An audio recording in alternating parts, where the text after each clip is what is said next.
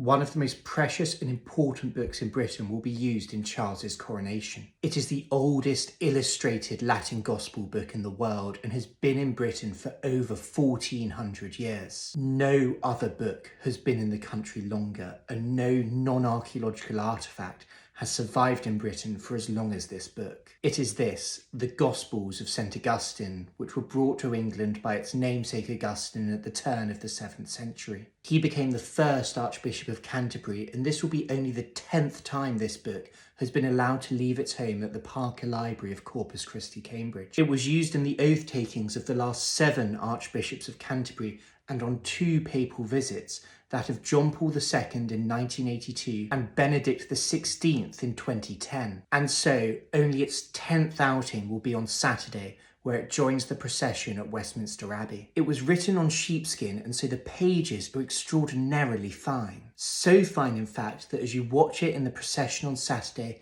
amidst organ music and people singing, sat in a cushion and carefully held open, you might just see the pages, which are older than the country they are in and the monarchy they are witnessing, rippling and humming in time with the music. So how did the Gospels of St Augustine come to be here and survive here for over 1400 years? The manuscript was written in the scriptorium of Pope Gregory I in Rome in the late 6th century. And we know this because the text of the Old Latin matches Gregory's own homilies on the Gospels from 593. And we know from Bede that when Gregory sent Augustine to England to convert us in 596, he sent books as well. Based on annotations in the manuscript, we know it was in England by the 7th century, and that it was definitely at St Augustine's Abbey because some of the annotations in the book refer to charters and possessions of the abbey. We can see one of these here opposite the opening of the Gospel of Mark, and this is a 9th century bequest to the abbey of produce from a nearby property. And there are also medieval accounts attesting to the presence of the Gospels of St Augustine at the abbey from the 14th and 15th centuries. The book survived there for 1,000 years before the monastery was dissolved by Henry VIII in 1538. 30 years later, the Privy Council of Elizabeth I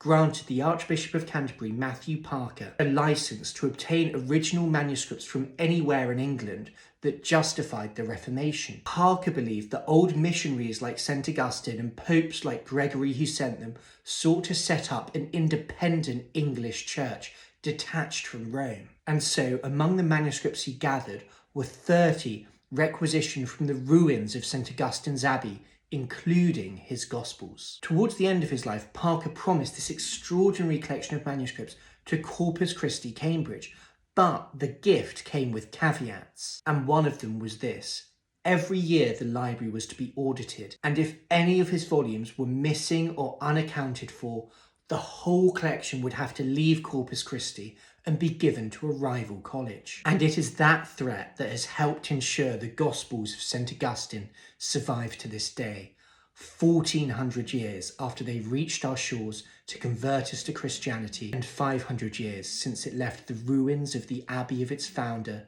to find its current home at the Parker Library. This is the oldest illustrated Latin Gospel book in the world, and it played a bigger role in the coronation than I thought it would. We can see it here processing through Westminster Abbey on its own, and in this close-up shot we can see it's open on folios 129 verso and 130 recto. Now this is important because they're about to do a reading from the Gospel of St Luke, and in this book, the 1400-year-old Gospels of St Augustine, Luke is the only Gospel to retain its frontispiece illustration.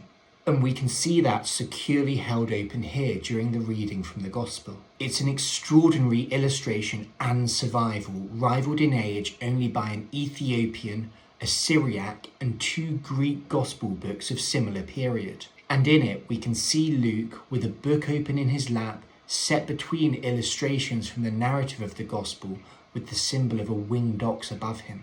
After the reading, as the book leaves the abbey, we do not see Charles kiss the book, as popes and archbishops have done in the past. He simply touches the cushion on which it rests, recognising the 1400 years connecting St Augustine, who brought this Gospel book to England and converted the first English king to Christianity, to this ceremony today.